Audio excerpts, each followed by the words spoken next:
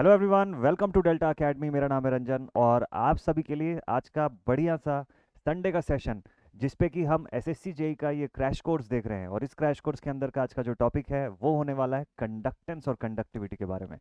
Short सा topic है, छोटी सी चीज़ें हैं इसके अंदर डिस्कस करने की, लेकिन बड़ी इंपॉर्टेंट है। एग्जामिनेशन में 1 या 2 नंबर का क्वेश्चन कम से कम इससे पूछ ही लेता है। तो इसको बढ़िया तरीके से पढ़ेंगे, समझेंगे और पूरा लेक्चर टिल द एंड देखिएगा। और इसके ऊपर बेस्ड कुछ एमसीक्यू क्वेश्चंस भी आपको मैं करवाऊंगा आज के सेशन में। ठीक है, चलिए let us begin with the class. और इस क्रैश कोर्स को करते हैं स्टार्ट। प्रीवियस लेक्चर जरूर से देख लीजिएगा, इससे पहले का रेजिस्टेंस रेजिस्टिविटी का। तो हम लोग आज की क्लास में बात करने वाले हैं अबाउट द कंडक्टेंस। कंडक्टेंस का फंडामेंटल, कंडक्टेंस का फिनोमेना जो है वो क्या होता है और कहाँ से ओरिजिनेट होता है। देखिए, जब हम रेजिस्टेंस की बात करते हैं तो रेजिस्टेंस बेसिकली स्टैंड करता है अपोजिशन के लिए।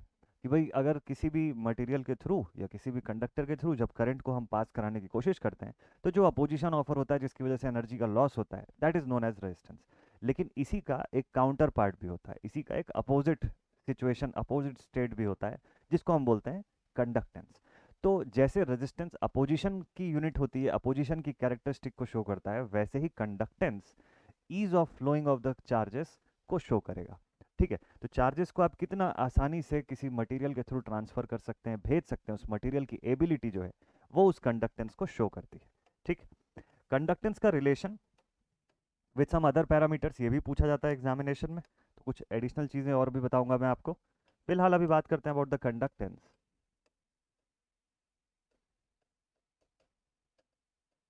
है ना, फिलहाल अभी स्टार्ट करते हैं अबाउट द कंडक्टेंस। कंडक्टेंस होता क्या है? तो कंडक्टेंस जिसको कि कैपिटल जी से हम लोग डिनोट करते हैं, it is the it is the property it is the property of a material to allow the passage of to allow the passage of charges या through it करंट या charges through it. ठीक है, इसको हम लोग किससे denote करते हैं? It is denoted with capital G. इसको डिनोट करते हैं कैपिटल जी से। और इसकी यूनिट क्या होती है? इसकी यूनिट होती है 1/ओम या फिर ओम इनवर्स या फिर साइमंस,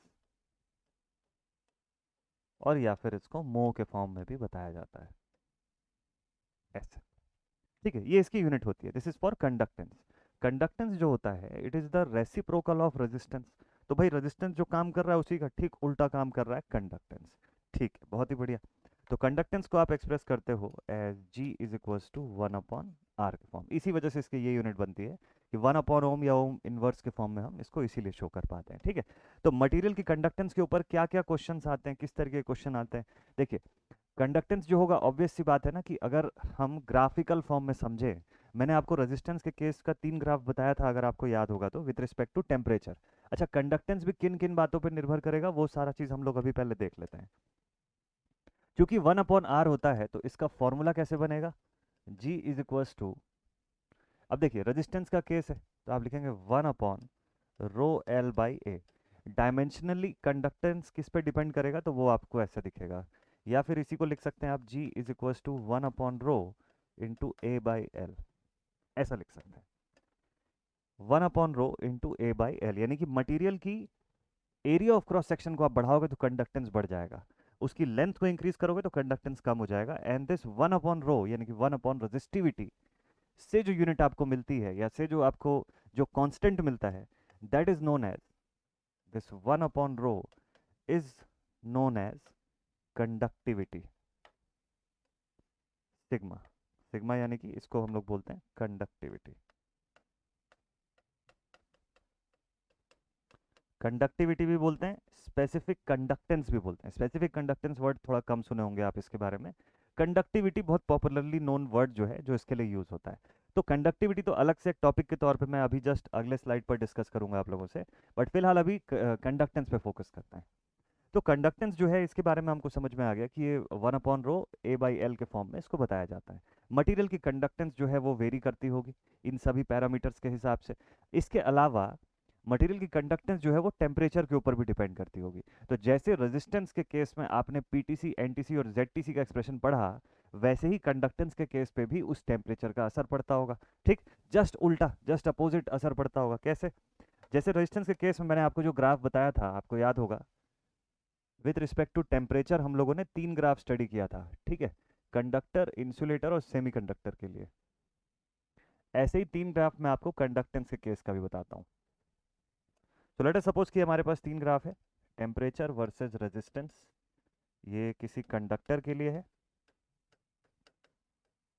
फिर दूसरा ग्राफ है हमारे पास किसी इंसुलेटर के लिए, टेम्परेचर वर्सेस रेजिस्टेंस का। और तीसरा ग्राफ हम लोग बनाएंगे फॉर एनी सेमीकंडक्टर, सेमीकंडक्टर। ठीक है, टेम्परेचर वर्सेस रेजिस्टेंस का। ओके, तो देखिए ये ग्राफ जो है ये कैसे वेरी करता है। अगर कंडक्टर का केस होगा तो रेजिस्टेंस की वैल्यू जो है ये अपने स्टैंडर्ड से कितना मूव करेगी उसको समझते हैं। तो रेजिस्टेंस की वैल्यू के लिए मैंने आपको बताया था कि कंडक्टर के केस में रेजिस्टेंस की वैल्यू इंक्रीज होती चली जाएगी। ठीक है, with respect to its fixed particular value. ये अगर इसका इनिशियल वैल्यू था तो इससे बढ़ जाएगी। इंसुलेटर्स के केस में क्या होगा? इंसुलेटर्स के केस में और इसके सेमीकंडक्टर्स के केस में ये वैल्यू कम होती हुई आपको दिखेगी। इंसुलेटर्स के केस में ये वैल्यू स्लाइटली लेस होती हुई दिखेगी, सेमीकंडक्टर के केस में ये वैल्यू ड्रास्टिकली कम होती हुई दिखेगी। ये सब जगह रेजिस्टेंस का केस है। This is the value of resistance. ठीक, अब इन्हीं के लिए जब आप कंडक्टेंस का ग्राफ बनाएंगे विथ रिस्पेक्ट टू टेम्परेचर तो क्या डिफरेंस देखने को मिलेगा? चलिए यही सेम ग्राफ मैं आपको कंडक्टेंस के लिए अब ड्रॉ करके दिखाता हूँ। ठीक,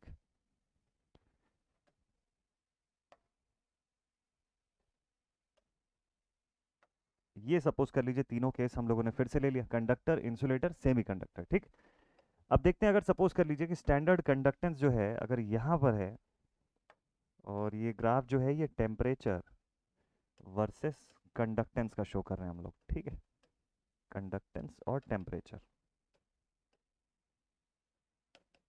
फॉर सेमीकंडक्टर्स। ठीक है, तो अब यहाँ पर जब कंडक्टर की मैं बात करूंगा तो उसके केस में कंडक्टेंस का क्या हो जाएगा? तो टेम्परेचर को बढ़ाते चले जाओगे तो यहाँ पर रेजिस्टेंस बढ़ रही है, और रेजिस्टेंस बढ़ रही है तो इसका मतलब कंडक्टेंस क्या हो रही होगी? कम हो रही होगी। कंडक्टेंस जो है वो रिड्यूस हो रहा होगा। तो किसी कंडक्टर के अंदर का फिनोमेना अभी, अब सिर्फ ये 3 ग्राफ से आपको पूरी थ्योरी समझ में आ जाएगी। तो आपको उतना थ्योरी लिखना नहीं पड़ेगा, इसी 3 ग्राफ से आपको डिटेल जो है इसका मिल जाएगा कि यहाँ सीन क्या है। तो with the increase in temperature the conductance of a material starts reducing if it is a conductor. अगर वो मेटल है, कंडक्टर है, कंडक्टेंस घटेगी टेम्परेचर के बढ़ने से। ठीक, सेकंड केस, अगर सपोज कर लीजिए आपके पास जो मटेरियल है वो एक इंसुलेटिंग मटेरियल है, तो इसकी कंडक्टेंस का क्या होगा? वो ग्रेजुअली इंक्रीज होती चली जाएगी, वो ग्रेजुअली इंक्रीज होती चली जाएगी, बट इसका इंक्रीज जो है वो कम रहेगा, बहुत ज़्यादा सडन इंक्रीज एकदम नहीं दिखेगा आपको। ठीक है, in the case of insulators ऐसी ग्राफ दिखेगी आपको, slightly increasing conductance. What about the case of semiconductor? भाई सेमीकंडक्टर के केस में कंडक्टेंस ज़्यादा ही बढ़ेगी।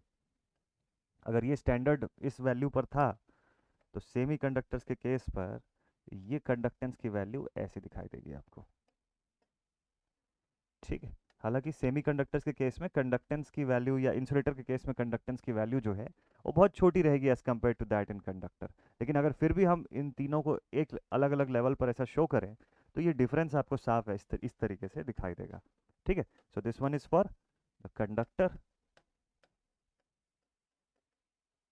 दिस इज फॉर इंसुलेटर, ये इंसुलेटर के लिए है, और ये वाला जो है ग्राफ ये सेमीकंडक्टर्स के लिए। ठीक है, तो conductance with respect to temperature, ये समझ आ गया हमको यहाँ पर। ओके, तो कंडक्टेंस जो है टेम्परेचर के साथ तो इस रिलेशन पर दिखती है हमको। अब इसके बाद नेक्स्ट, अब बात करें जरा कि कंडक्टिविटी का क्या रिलेशन होता है। तो टेम्परेचर के साथ कंडक्टेंस का रिलेशन समझ में आ गया हमको, लेंथ और एरिया यानी कि डायमेंशनल सिस्टम के साथ समझ में आ गया कि कंडक्टेंस कैसे डिपेंडेंट होता है। अब ये जो 1/ρ मैंने लिखा, जो आगे चल के हमको समझ में आया कि सिग्मा बन जाता है।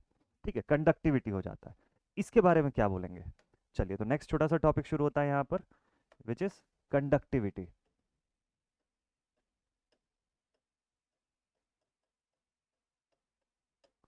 कंडक्टेंस से ज़्यादा कंडक्टिविटी के क्वेश्चन पूछे जाते हैं। कंडक्टेंस में सवाल यूनिट के ऊपर बेस आ सकते हैं और सर्किट के बेस आ सकते हैं। सर्किट में डेटा आपको कंडक्टेंस के फॉर्म में गिवन रहेगा और उसमें आपको सॉल्व करके बताना पड़ेगा इक्विवेलेंट कंडक्टेंस कितना होगा। इस टाइप के क्वेश्चंस आते हैं। ठीक है, चलिए फिलहाल बात करते हैं अबाउट कंडक्टिविटी। ठीक है, इसको आप लिख सकते हो कि it is the reciprocal, it is the reciprocal of resistivity, of resistivity. ठीक, किससे डिनोट करते हैं इसको? चलो इसका फॉर्मूला ही लिख लेते हैं सीधे, सिग्मा से डिनोट करते हैं।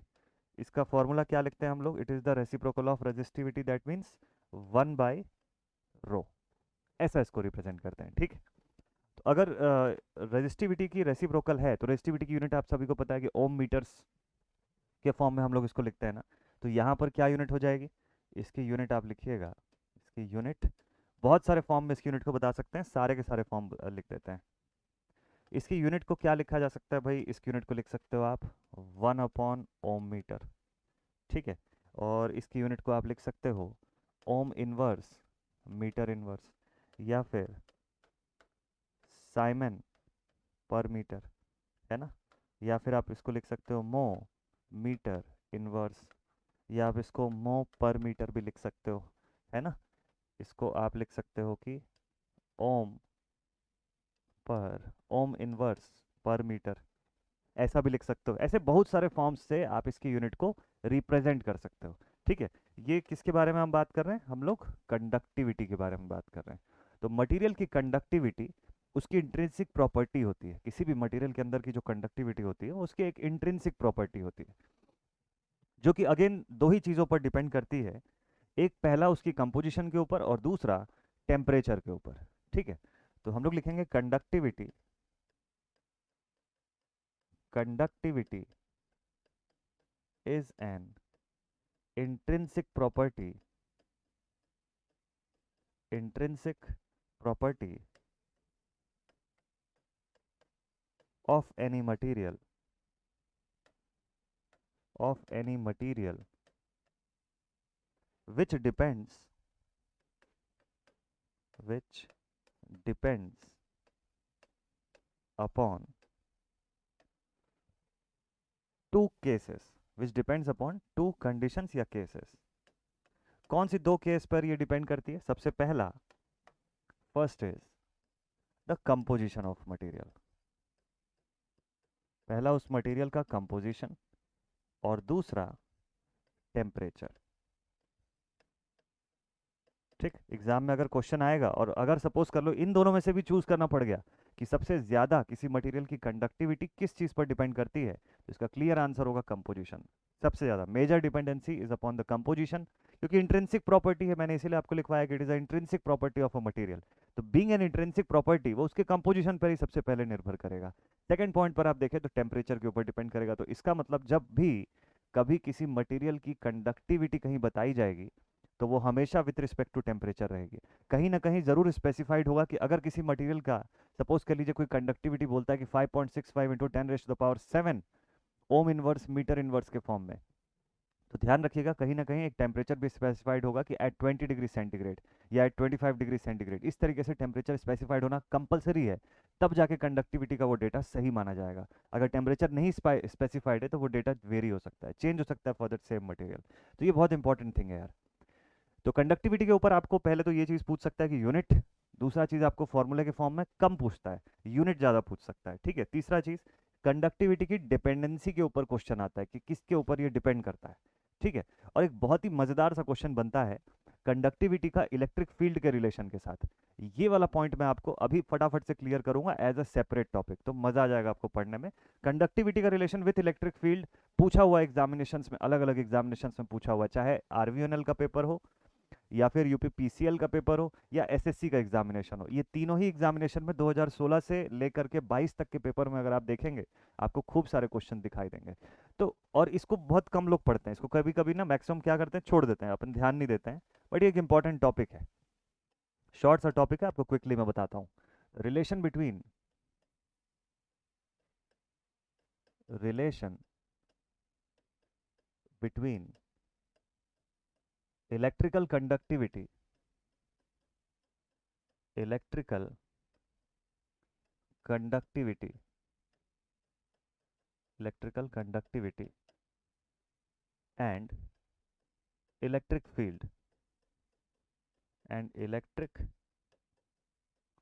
Field E.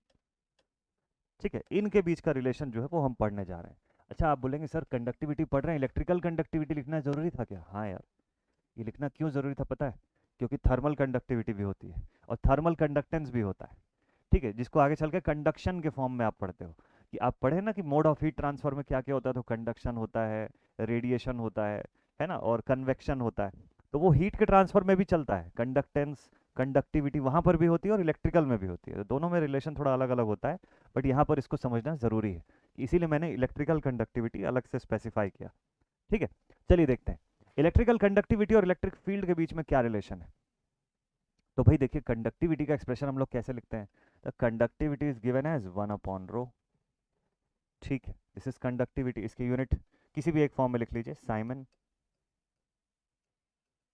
साइमन पर मीटर मान लीजिए, एक कोई यूनिट मैंने लिख दिया।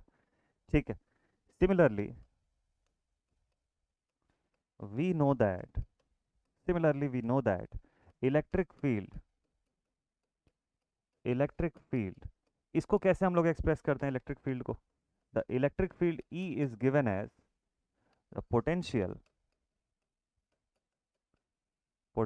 Difference per unit length, potential difference across a material per unit length यानी कि पर मीटर के फॉर्म में। मतलब कि E का एक्सप्रेशन जब आप लिखते हो तो electric field is given as E is equals to V divided by L. इसकी यूनिट क्या रहती होगी? इसकी यूनिट रहती है वोल्ट्स पर मीटर। ठीक है, ये साइमन पर मीटर में है, ये वोल्ट्स पर मीटर में है। ठीक है, एक रिलेशन और लगेगा आपको यहाँ पर, एक रिलेशन और रिक्वायर्ड होगा, किसका? करंट डेंसिटी का रिलेशन जो है वो भी रिक्वायर्ड होगा आपको। तब जाके आप इन तीनों को एक दूसरे के साथ रिलेट करके देख पाएंगे कि करंट डेंसिटी और इलेक्ट्रिक फील्ड से सिग्मा कैसे रिलेटेड है। सिग्मा मतलब कि जो कंडक्टिविटी है वो उसका क्या रिलेशन है। ठीक है, चलिए तो सबसे पहले हम लोग जानते हैं कि कंडक्टिविटी जो होता है इसको 1/ρ लिख सकते हैं, इलेक्ट्रिक फील्ड को हम V/L के फॉर्म में लिख सकते हैं। What about the current density? And the current density of any conductor is given as इसको J के फॉर्म में रिप्रेजेंट करते हैं ना हम लोग करंट डेंसिटी को। So it is given as J is equal to current per unit area. J जो है इसका एक्सप्रेशन बनता है current per unit area. Expression की यूनिट भी लिख सकते हो, ampere per square metre. It is expressed in ampere per square metre. तीनों की यूनिट्स हमारे पास क्लियर है। अब ये तीनों एक दूसरे से कैसे रिलेटेड हैं उसको समझते हैं थोड़ा सा। तो लेट अस सपोज कि अगर मुझे यहां से देखिए, सिग्मा की वैल्यू जो है वो क्या दी हुई है? सिग्मा की वैल्यू जो है वो 1/ρ के फॉर्म में दी हुई है। रेजिस्टेंस के फॉर्म में और ओम्स लॉ के फॉर्म में अगर मुझे रिलेट करना होगा तो मैं कैसे रिलेट करूंगा इसको? देखिए, ओम्स लॉ के हिसाब से हमको पता है कि by Ohm's law we know that V is equals to I into R. V is equals to I into R हम लोग लिखते हैं। ठीक, चलिए ठीक है भाई। तो V is equals to I into R अगर हम लिखते हैं तो R की जगह पे क्या होगा? R is equals to rho L by A लिख सकते हैं हम लोग यहाँ पे। ठीक है, R का मतलब रो एल बाई ए लिख सकते हैं इसको। चलिए, तो इसी एक्सप्रेशन को हम लोग ये भी लिख सकते हैं ना कि therefore V is equals to I into rho L by A, लिख सकते हैं ऐसा? अच्छा ठीक है, रो एल बाई ए लिख सकते हैं। तो एक काम करते हैं, इस एक्सप्रेशन को थोड़ा सा और डिवाइड कर दीजिए और रो की जगह पे 1/सिग्मा भी तो लिख सकते हैं ना। मतलब अगर रजिस्टिविटी है तो 1/सिग्मा यानी कि रेसिप्रोकल ऑफ कंडक्टिविटी लिखा जा सकता है। तो therefore we can say V is equals to, देखो ए को इस तरफ भेज दीजिए आई के नीचे, इनटू 1/सिग्मा करिए इसको इनटू एल। ऐसा लिख सकते हैं। ये पूरा एक्सप्रेशन समझ आ रहा है आप सभी को? ठीक है, रो को मैंने 1/सिग्मा एक्सप्रेस कर दिया, आई बाई ए। अब देखिए आई बाई ए जो है दिस इज नथिंग बट जे, जे के फॉर्म में एक्सप्रेस हो जाएगा। ठीक,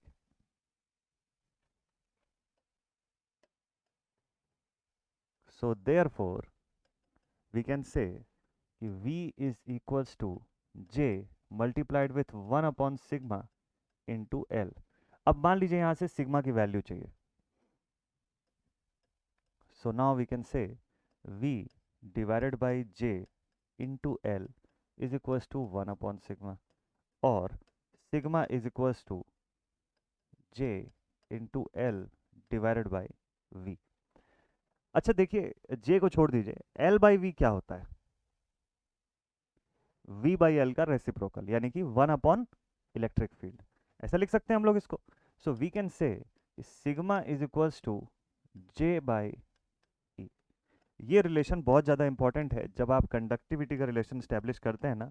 साइड में लिख देता हूं मैं कि since V by L is equals to E, therefore L by V is equals to 1 upon E। ठीक है, तो इस रिलेशन से मैंने ये चीज़ लिखा, तो इससे यहाँ पर प्रूव होता है कि, इससे यहाँ पर ये चीज़ समझ में आता है कि कंडक्टिविटी जो है वो किसके बराबर होती है। It is also expressed as, conductivity का एक और डेफिनेशन इसी से इसी कंडीशन से बनता है। ठीक है, क्या डेफिनेशन बनता है? Conductivity is also expressed as a ratio of current density with respect to the electric field. It is also expressed as, conductivity का ये डेफिनेशन आपको पता होना चाहिए। Conductivity is also given as the ratio of current density to electric to the electric field of any material, तो normally क्या होता है कि ये वाला पार्ट थोड़ा कम पढ़ते हैं हम लोग, बट इससे क्वेश्चन आता है, और ये फिर जब क्वेश्चन आता है तो फिर कंफ्यूजन होता है कि sigma is equal to J by E था कि E बाई J था।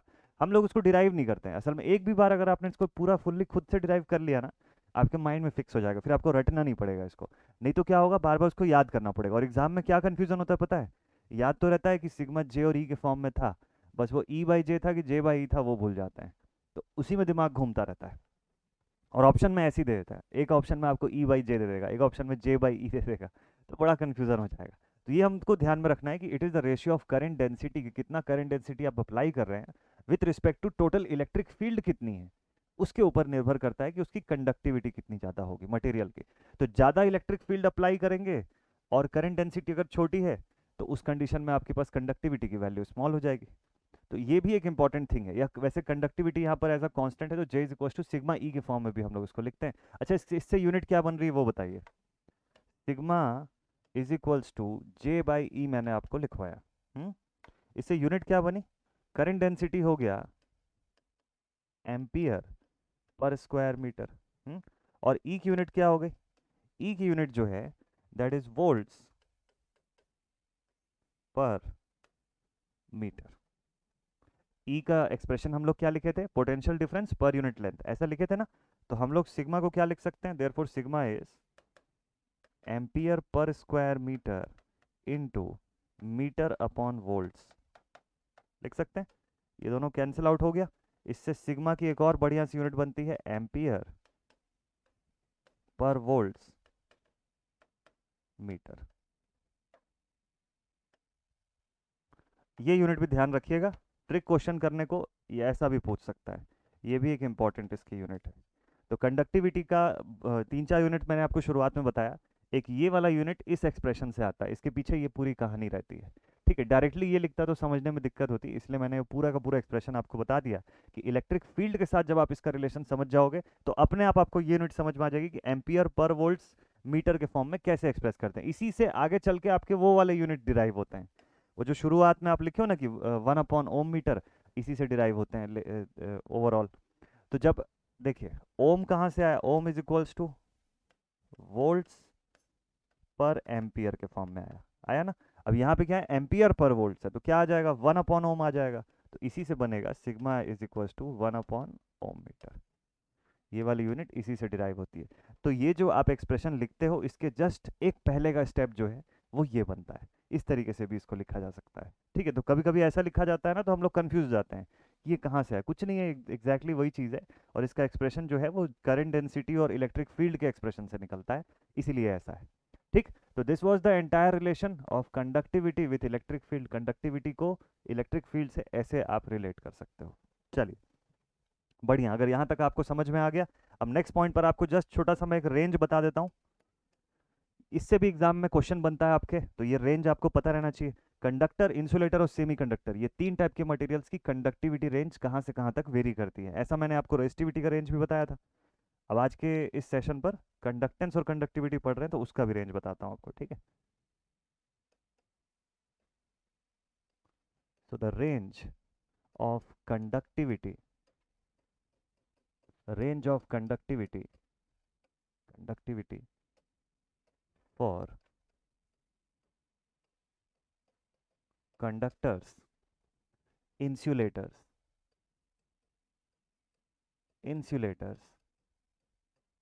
and semiconductors। एग्जाम में क्वेश्चन आता है सेमीकंडक्टर्स। ठीक है, नॉर्मली एग्जाम में क्या होता है कि एक आध मटेरियल का नाम ही दे देगा आपको और उसका कंडक्टिविटी पूछ लेगा कि किस रेंज में जाता है, या एक अप्रोक्सीमेशन तो एटलीस्ट आपको पता रहेगा ना। मटेरियल को देख के पहचान जाओगे आपकी कंडक्टर है कि इंसुलेटर है कि सेमी कंडक्टर है, तो दिमाग में वो रेंज तो रहेगा कि 10 का पावर माइनस में कब रहता है, प्लस में कब रहता है। प्लस में 2 से 8 के बीच में कब जाता है ना, और माइनस में कितने दूर तक जा रहा है किस मटेरियल के लिए, तो वो थोड़ा सा आइडिया रहेगा। तो आप फिर उस मटेरियल के लिए एक छोटा सा एक फ्रेमवर्क, एक गैस वर्क तो रेडी कर लोगे कि हाँ भाई ऑलमोस्ट इतना होना चाहिए। ठीक है, तो conductivity range for conductors, for insulators and for semiconductors, है ना। ये सब वो की पॉइंट होते हैं ना जो एग्जाम की प्रिपरेशन के समय आपकी कॉपी में होना चाहिए, एज अ शॉर्ट नोट या एज अ डिटेल नोट भी अगर आप लिख रहे हो तो भी कॉपी में आपके कहीं ना कहीं ये सारी चीज़ें होने चाहिए। और इसके ऊपर वो छोटे छोटे फ्लैप जो हैं कलर वाले, वो ज़रूर से लगे होने चाहिए, ताकि आप ये डिसाइड कर सके, ये देख सके कि आपको कब क्या टॉपिक पढ़ना है, वो ढूंढना ना पड़े कॉपी में। चलिए देखते हैं। तो अब रेंज की बात करते हैं कि इनका जो वर्किंग रेंज रहता है वो कहाँ से कहाँ तक वेरी करता है। ठीक है, तो कंडक्टर में हम लोग बेसिकली मेटल्स की ही बात कर रहे हैं, तो metals good conductor of electricity होते हैं। ठीक है, तो इनकी कंडक्टिविटी रेंज भी ऊपर रहती है। जब हम लोग रेजिस्टिविटी रेंज लिखे थे तो रेजिस्टिविटी रेंज इसकी बहुत नीचे गई थी, कंडक्टिविटी रेंज ठीक उसकी इनवर्स प्रोपोर्शन पे रहती है। तो ये कहाँ से कहाँ तक वेरी करता है, इट वेरीज फ्रॉम,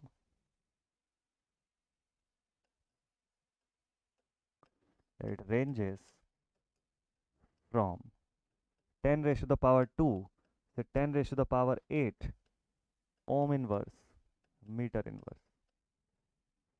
ठीक है, इस रेंज पर वेरी करता है। इंसुलेटर्स के लिए रेंज कहाँ से कहाँ तक वेरी करता है, एक ऐसे ही अंदाजे से सिर्फ सोचिएगा।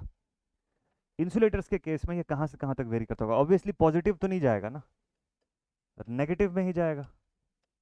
तो it ranges from 10 raise to the power -10 से 10 raise to the power -20, again ohm inverse metre inverse.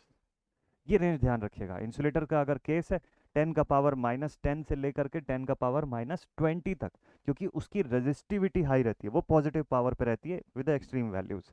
ठीक है, सेमीकंडक्टर में क्या होता होगा, सेमीकंडक्टर का रेंज इन दोनों के बीच का रेंज रहता है। इट रेंजेस फ्रॉम 10 का पावर -4 टू 10 का power -6 ohm inverse metre inverse.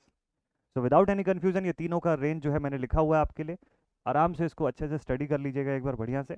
और ये बहुत ही इंपॉर्टेंट है, ये रेंज एटलीस्ट आपको पता होना चाहिए। फिर कुछ स्पेसिफिक मटेरियल्स का जिससे कॉमनली क्वेश्चन पूछा हुआ है उसका मैं आपको बता दूंगा, बट एक रेंज पता रहेगा तो आप रिलेट कर पाओगे कि वो मटेरियल किस रेंज में आ रहा है, तो एक अप्रॉक्सीमेशन करते बनेगा आपको। इसीलिए ये ओवरऑल आपको ये थोड़ा बहुत रेंज का फॉर्म जो है ये पता होना चाहिए, इसलिए मैंने बताया।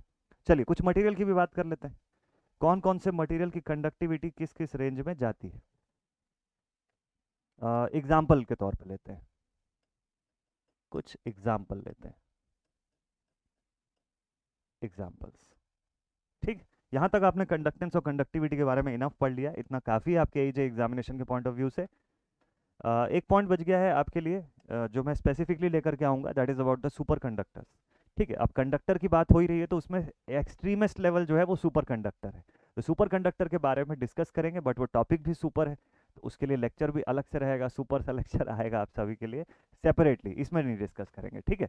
हालांकि शायद एक आध क्वेश्चन जो है इस पे आएगा, तो उस क्वेश्चन के समय आपको मैं थोड़ा बहुत इसका डिटेल बताऊंगा। एग्जाम्पल के तौर पे देखते हैं कि जैसे बात होती है कंडक्टर्स में कॉपर की बात होगी, इसकी कंडक्टिविटी का रेंज क्या होगा। भाई आपको इतना तो समझ में आ गया कि कंडक्टिविटी पॉजिटिव रेंज में ही वेरी कर रही होगी इसकी, ठीक है, लेकिन कितना इसकी कंडक्टिविटी जो होती है किस रेंज में वेरी करती है, एनी आइडिया। इसकी वैल्यू होती है 5.98 into 10⁻⁷ ohm inverse metre inverse, ठीक है, अप्रोक्सीमेटली 5.98 इंटू 10⁻⁷ माइनस में कुछ नहीं, इसकी वैल्यू जो होती है वो ऐसे +7 के फॉर्म में जाती है, ठीक। और बताइए नेक्स्ट, एल्यूमिनियम, एल्यूमिनियम की 3.5 के रेंज तक जाती है, लिख देते हैं इसको। और दूसरा पॉपुलर एक एलिमेंट है एल्यूमिनियम, एल्यूमिनियम की वैल्यू जो है वो वेरी करती है 3.5 के approx into 10⁻⁻7 ohm inverse metre inverse के आसपास, ठीक है। एल्यूमिनियम के अलावा और किससे पूछ सकता है आपको, और क्वेश्चन आता है सिल्वर से। अच्छा, सिल्वर की कंडक्टिविटी इन तीनों को बड़ा कॉमन है, इनके बीच का आपस का रिलेशन भी पूछ लेता है कि तीनों में से कौन ज़्यादा कंडक्टिव है, कौन लेस कंडक्टिव है। तो हमको ये पता रहे कि सिल्वर जो होता है कंडक्टिविटी की लिस्ट में सबसे ऊपर आता है, सबसे हाईएस्ट कंडक्टिंग अगर कोई है तो वो सिल्वर है, सेकंड नंबर पे कॉपर है, और थर्ड नंबर पे एल्यूमिनियम है, ठीक है। कॉपर में भी वेरिएशन आता है हालांकि, बट ठीक है। तो silver, aluminium, copper, in fact aluminium को तो चौथे नंबर पर रखना चाहिए क्योंकि गोल्ड भी आता है बीच में, है ना, इनके बीच में थर्ड नंबर पर गोल्ड भी आ जाता है और फिर नीचे एल्यूमिनियम चला जाता है, तो ठीक है उस हिसाब से। लेकिन हाँ, अब हम लोग देखिए सिल्वर का या गोल्ड के लाइनें तो नहीं बिछा सकते ना ड्यू टू देयर कॉस्ट, तो इस वजह से फिर अगला चांस मिलता है भाई, सिल्वर के ठीक नीचे सेकंड नंबर पे आता है कॉपर, सेकंड पोजीशन पे। कंडक्टिविटी रेंज के हिसाब से देखा जाए ना तो ये फर्स्ट नंबर पे आता है, ये सेकंड नंबर पे आता है, गोल्ड अभी मैं लिखा नहीं हूँ, नहीं तो वो थर्ड पे आता है, और चौथे नंबर पे फिर आप एल्यूमिनियम को पुट करते हो, ठीक है। ये प्रायोरिटी इनकी कंडक्टिविटी की रेंज जो है उस हिसाब से ये डेटा जो है मैं लिख रहा हूँ, ठीक है। अच्छा, सिल्वर का नहीं लिखा है ना मैंने, सिल्वर का अप्रोक्सीमेटली ये हो जाता है 6.37 into 10⁻⁷ ohm inverse metre inverse. Gold में रेंज कहाँ जाता है, गोल्ड जो है वो तीसरे नंबर पर आता है कंडक्टिविटी रेंज में, इसका इसकी वैल्यू जो है कहाँ जाती है, 4.52 के आसपास जाती है, 4.52 into 10⁻⁷ ohm inverse metre inverse, ठीक है। ये तीन चार ऐसे पॉपुलर मटेरियल्स हैं जिसके बारे में एग्जाम में सवाल पूछा है, तो ये हमको पता रहना चाहिए। 4.52 इसका मैंने लिखा दिया, इसका मैंने लिखा दिया, सिल्वर का 6.37, 6.3037 तक वेरी करता है, 6.30 से 37 के आसपास तक, डिपेंडिंग अपॉन कि देखिए सिल्वर भी ऐसा नहीं है कि एकदम हमेशा 100% प्योर कंडीशन पर मिलेगा, उस पर भी इम्प्योरिटीज़ का केस हो सकता है। तो सिल्वर भी जो है 97-98% से लेके 100% तक आपको कंडक्टिविटी दे सकता है, डिपेंडिंग अपॉन कि उस पर कितना इम्प्योरिटीज़ है या कितना प्योर फॉर्म में वो अवेलेबल है, ठीक है। तो ये कुछ आपके लिए बेसिक एग्जाम्पल्स थे, ठीक है। बाकी आप मैग्नीशियम हो गया, मोलिब्डेनम हो गया, इन सब के लिए भी आप लिख सकते हैं, 2.15 हो गया इस वगैरह के रेंज में, है ना, मैग्नीशियम मोलिब्डेनम वगैरह के लिए भी आप चाहें तो इसको डिफाइन कर सकते हैं। बट बात यह है कि बस कंडक्टर्स के फॉर्म में आपको पता रहना चाहिए कि इसका ओवरऑल रेंज कहाँ से कहाँ तक वेरी करता है, ओके। चलिए, ये तो हो गया आपके लिए कुछ एग्जांपल्स। अब आपको लेकर के चलते हैं एमसीक्यू वाले पार्ट पे, जो आज के सेशन का आखिरी पार्ट है। चलिए देखते हैं क्या क्या एमसीक्यूज है भाई अपने पास। तो ये हम लोग कंडक्टिविटी की, कंडक्टेंस की बात कर रहे थे, देखिए एथेनॉल नो कंडक्टिविटी, तो इससे कोई कंडक्शन यहाँ पे नहीं दिखेगा। फिर केसीएल देखिए हाई कंडक्टिविटी, ठीक है, और यहाँ पर एसिटिक एसिड एसिड का सोल्यूशन है लो कंडक्टिविटी का, तो कम जलेगा बल्ब वहाँ पे, है ना। इलेक्ट्रिकल कंडक्टिविटी के फॉर्म में देखिए दोनों का केस दिया हुआ है कि बल्ब जो है वो, ये मटेरियल जो है, जो भी लिक्विड इसके अंदर डला हुआ है, जो अभी हम लोगों ने तीनों को देखा, उन सब के केस में ये बल्ब कितना ग्लो करेगा, क्योंकि उससे पता चलेगा कि लिक्विड कितना कंडक्ट कर पा रहा है। तो बैटरीज वगैरह भी जो होती है उसके अंदर भी जो इलेक्ट्रोलाइटिक सोल्यूशन होता है वो इस तरीके से इंपॉर्टेंट होता है हमारे लिए। चलिए, प्रीवियस ईयर क्वेश्चन आ चुका है यहाँ पे सीधे सीधे। फर्स्ट क्वेश्चन लेते हैं, लिखा हुआ है Simons is the unit of, option देखने की जरूरत तो नहीं है। Simons is the unit of, Simons किसकी यूनिट है? Conductance. Simons is the unit of conduct की कंडक्टिविटी। अरे कंफ्यूज मत होइएगा, कंडक्टेंस है, ठीक है। 1/r, that is Simon. Simon पर मीटर अगर बोलता तो फिर कंडक्टिविटी आ जाता। तो गलती से ए ऑप्शन नहीं लगाना है हमको, बी ऑप्शन टिक करना है इसके अंदर, ठीक है। चलिए मैं साइड हट जाता हूँ, आप ऑप्शन देख लीजिए एक बार, ये सारे ऑप्शंस थे इसके। अब हम लोग चलते हैं नेक्स्ट क्वेश्चन पे। एसएससी जेई का क्वेश्चन 2017 के एग्जामिनेशन का प्रीवियस ईयर क्वेश्चन पे आ गए हम लोग। नेक्स्ट लिखा हुआ magnitude of current density in a superconductor depends upon. चलो थोड़ा सा इसके बारे में अब बात करना पड़ेगा क्योंकि सुपर कंडक्टर तो आ चुका है।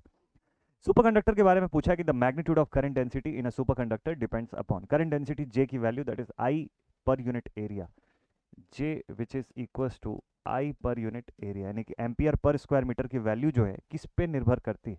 सुपर कंडक्टर के बारे में एक चीज़ जानिएगा कि जब जब जब उसको हम उसके क्रिटिकल टेम्परेचर के लेवल तक लेकर के चले जाते हैं तो वो सुपर कंडक्टिंग स्टेट पर रहता है।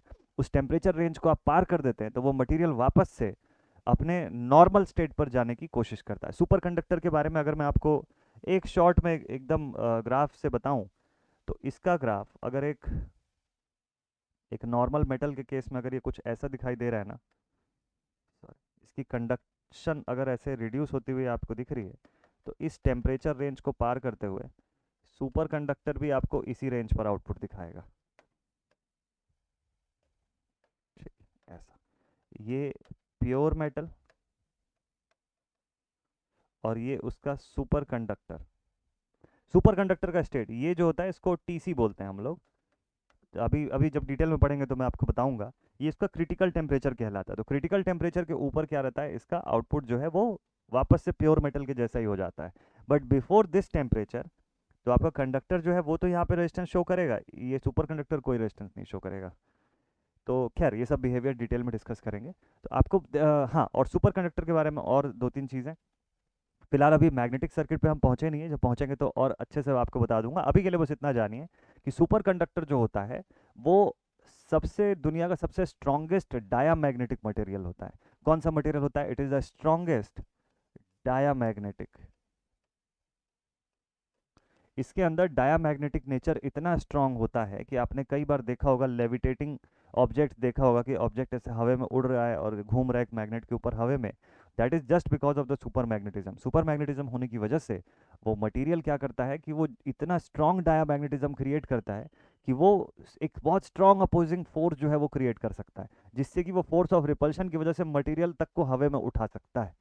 इतना स्ट्रांग हो सकता है वो। तो डायामैग्नेटिक बिहेवियर बहुत स्ट्रांग रहता है। Superconductor are basically diamagnetic material having strong diamagnetism. ठीक है, खैर फिलहाल अब क्वेश्चन पे कन्फाइंड होते हैं। बोलता है कि the magnitude of current density की मैग्नीट्यूड एक सुपर कंडक्टर में किस बात पर निर्भर करती है? पहला ऑप्शन है टेम्परेचर, ठीक है। दूसरा ऑप्शन है कि both the temperature and magnetic field strength, की मैग्नेटिक फील्ड स्ट्रेंथ आप कितना अप्लाई कर रहे हैं। तीसरा ऑप्शन बोलता है कि the temperature for some time and then on the magnetic field strength. नहीं, टेम्परेचर पे भी करेगा और मैग्नेटिक फील्ड स्ट्रेंथ उसके ऊपर भी ये डिपेंड करता है। बोथ मैग्नेटिक फील्ड स्ट्रेंथ कितनी ज़्यादा है उस पर भी उसकी करंट डेंसिटी डिपेंड करेगी, और दूसरी चीज़ कि उसका टेम्परेचर आपने कितना प्रोवाइड किया। टेम्परेचर को आप अगर टीसी से बढ़ा दोगे, क्रिटिकल टेम्परेचर से आगे बढ़ा दोगे, तो फिर वो नॉर्मल स्टेट पे आ जाएगा, फिर वो नॉर्मल मेटल की तरफ बिहेव करने लग जाएगा। फिर उसका सुपर कंडक्शन जो है, सुपर कंडक्टर में भी बेसिकली असल में वैरायटी होती है। Type A super conductor, type be super conductor, दो कैटेगरी में इनको डिवाइड किया जाता है। तो टाइप ए सुपर कंडक्टर जो है वो अपनी सुपर कंडक्टिंग स्टेट को बहुत जल्दी लूज कर देता है, तुरंत ही लूज कर देता है। जैसे ही आप टेम्परेचर चेंज के तुरंत के तुरंत वो लूज कर देगा। टाइप बी सुपर कंडक्टर है, लूज वो भी करता है बट उसका अपना सुपर कंडक्टिंग स्टेट छोड़ने का जो समय है वो ज़्यादा है, ग्रेजुअली लूज करता है, एकदम एट वंस नहीं लूज कर सकता है। लेकिन टाइप ए सुपर कंडक्टर तुरंत अपने नॉर्मल मेटालिक स्टेट पर पहुंच जाएगा। तो ये दोनों के बीच में एक बड़ा डिफरेंस है। पढ़ेंगे और मैं आपको डिटेल में बताऊंगा, बट फिलहाल के लिए ये जानिए कि टेम्परेचर पर भी डिपेंड करेगा और मैग्नेटिक फील्ड स्ट्रेंथ के ऊपर भी डिपेंड करेगा। ठीक है भाई, और देखते हैं नेक्स्ट क्वेश्चन क्या है। यूपीपीसीएल का सवाल था ना, मुझे लग ही रहा था सुपर कंडक्टर सुपर कैपेसिटर का क्वेश्चन यूपीपीसीएल में खूब पूछा है। नेक्स्ट अगला क्वेश्चन लिखा है if the temperature will increase the conductivity of superconductor, अच्छा semiconductor, sorry, the conductivity of semiconductor will.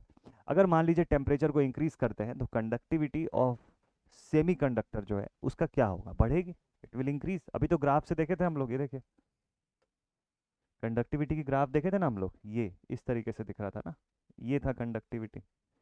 With the increase in temperature इसकी कंडक्टेंस कंडक्टेंस बढ़ रही है तो ओवरऑल कंडक्टिविटी भी इसका बढ़ेगा ही टेम्परेचर के साथ साथ। तो डी ऑप्शन इसका बिल्कुल राइट आंसर हो जाना चाहिए। ठीक, चलिए नेक्स्ट। एसएससी जेई का क्वेश्चन था ना ये भी, ओके। चौथा सवाल लिखता है pure metal generally have. Pure metals में नॉर्मली क्या होता है? प्योर मेटल्स का पहले तो कंडक्टिविटी का आंसर करते हैं, फिर टेम्परेचर कोफिशिएंट पे बात करेंगे। कंडक्टिविटी प्योर मेटल की कैसी होती होगी? बहुत हाई होती होगी। तो मतलब ए ऑप्शन और बी ऑप्शन में सही बोल रहा है, सी ऑप्शन और डी ऑप्शन में लो लिखा हुआ है, तो ये गलत है। चलिए ठीक है, अब ए और बी में से भी पहचानना है आपको, तो टेम्परेचर कोफिशिएंट देखिएगा। टेम्परेचर कोफिशिएंट ऑफ रेजिस्टेंस जो है किसी भी प्योर मेटल का एज लेस एज पॉसिबल होना चाहिए। मतलब उस मटेरियल की रेजिस्टेंस पे बाहरी तापमान का ज़्यादा असर नहीं पड़ना चाहिए। उसी कंडीशन में हम ये समझते हैं कि मटेरियल बहुत बढ़िया क्वालिटी का है और एकदम प्योरेस्ट फॉर्म में, ताकि आप उसको अलग अलग टेम्परेचर पर जब लेकर के जाएं तो उसकी प्रॉपर्टी इंटैक्ट रहे, चेंज ना हो बार बार। अगर हाई टेम्परेचर कोफिशिएंट है तो बार बार चेंज हो जाएगा, थोड़ा सा भी तापमान में बदलाव आएगा उसका रेजिस्टेंस बदल जाएगा, सर्किट की करंट फ्लो को बदल देगा वो। तो इसीलिए low temperature coefficient should be the right answer. मतलब फाइनली अपना जो करेक्ट आंसर है वो ऑप्शन ए है। फाइनली जो अपना राइट आंसर है this is option A. High conductivity होना चाहिए प्योर मेटल्स में और लो टेम्परेचर कोफिशिएंट होना चाहिए, तो तापमान के बदलाव के साथ इनकी प्रॉपर्टी बार बार नहीं बदलनी चाहिए। बढ़िया, चलिए एक लास्ट क्वेश्चन और बनाते हैं। पांचवा सवाल, ये देखिए अभी जस्ट हम लोग पढ़ ही रहे थे इसी के बारे में ना, उसी के ऊपर बेस्ड क्वेश्चन है। लिखा हुआ है if sigma is the conductivity what is the relation between the electric field E and the current density J in conducting medium. किसी कंडक्टिंग मीडियम के भीतर इलेक्ट्रिक फील्ड ई और करंट डेंसिटी जे का क्या रिलेशन है अगर सिग्मा हमारा conductivity को रिप्रेजेंट करता है? तो अभी जस्ट हम लोगों ने लिखा था कि sigma is equal to J upon E के फॉर्म में हम लोग इसका एक्सप्रेशन बता चुके हैं। Sigma is equal to J upon E यानी कि expression A. This is the answer. Option A जो है ये हमारा राइट आंसर है। ठीक है, देखिए इसी को उल्टा करके भी लिखा है आपको, सी ऑप्शन पर इसका अपोजिट भी दिया हुआ है कि जे बाई ई भी दे दिया आपको। ठीक है, तो इस पर कंफ्यूज नहीं होना है, सॉरी ई बाई जे भी दे दिया है यहाँ पे। ठीक है, तो इसमें कंफ्यूज नहीं होना है। जे अपॉन ई के फॉर्म में हम लोग एक्सप्रेस करते हैं current density with respect to electric field, उससे इनवर्स पर दिखाई देता है। ठीक है, तो अब ऐसे टाइप के क्वेश्चंस बन जाएंगे, कंडक्टेंस, कंडक्टिविटी, उसका relation with the electric field. ये था आज का पूरा कंप्लीट टॉपिक। नेक्स्ट सेशन पर आप सभी से मिलते हैं, और हो सका तो आपके लिए कुछ स्पेशल वीडियो जो है, स्पेशल वीडियो सेशन जो है वो भी आने वाला है। तो बने रहिएगा इस चैनल पर। मिलते हैं आप सभी से नेक्स्ट वीडियो में। Take care all my dear students and thank you so much for watching this video. जय हिंद।